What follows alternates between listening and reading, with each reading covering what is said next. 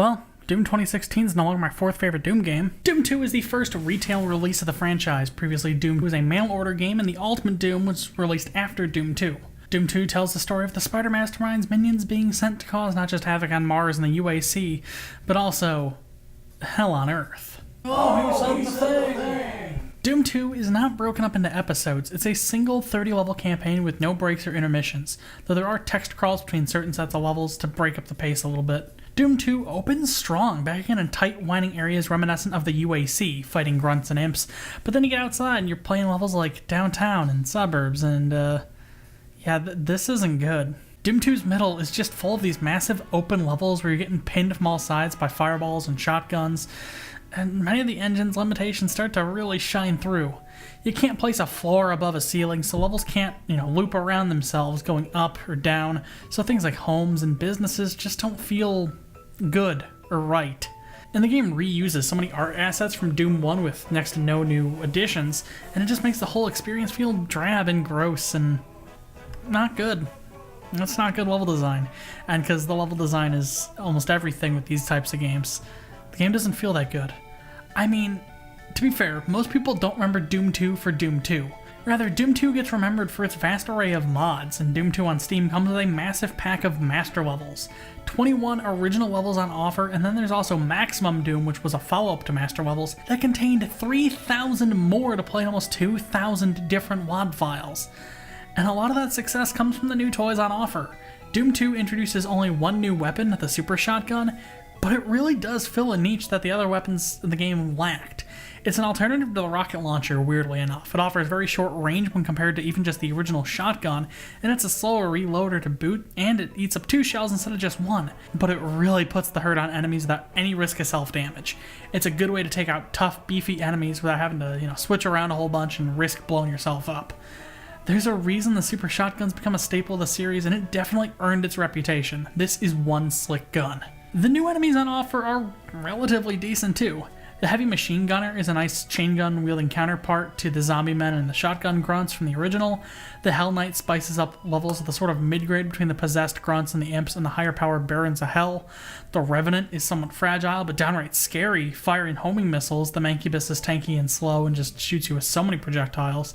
And the Archvile is just an absolute nightmare. The Archvile is really scary. The Archvile is really freaking scary. But yeah, these maps are really a pain, and it often feels like the only way I can complete some of them is either by using sprinting and jumping in GZ Doom,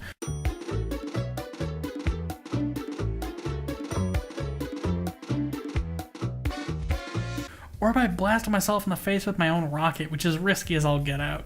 One other thing that really bothers me is that Doom 1 had all these really cool secret levels. There was 1 per episode, so there were 3, now 4.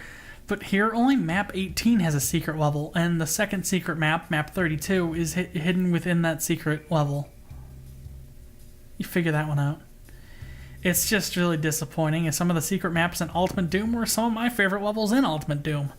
Additionally, some of the secrets themselves are just really esoteric compared to the original. I mean, Doom 1 had a problem with esoteric secrets, but the Pain Elemental. Do I need to say anything else? I might have to. It took 20 years to find a secret that involved having a Pain Elemental shove you through a wall or something. Not good.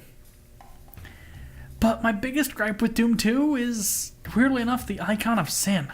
You barely get to know anything about the beast, and by the time it shows up, you're locked in a room about the size of a double-decker Subway sandwich shop, and you've got to ride a precarious little elevator up to launch rockets into the thing's brain. 3 times. And that's it. Its only attack is launching random enemy spawning cubes at you, which is way less interesting than the Cyber Demon or Mastermind, which had all sorts of different attacks. And with mouse look and things like this and the source ports, this fight can be over in 30 seconds if you know what you're doing. Yeah, it's cool that the real final boss is actually Romero's head on a stick that you're blasting at inside the Icon of Sin. It's cool that it takes advantage of the rocket blast radius being a cylinder that goes on to infinity instead of just being a sphere. But I'd rather take the Cyber Demon or Spider Mastermind over the Icon of Sin. And both of those have been degraded to just regular enemies. So, I don't know. We could have just gotten a more mobile boss. Maybe it was a time limitation. This game only did come out a year after the original. But it's still disappointing. Doom 2 has all the elements of a fantastic game, but the level design is really the biggest drawback.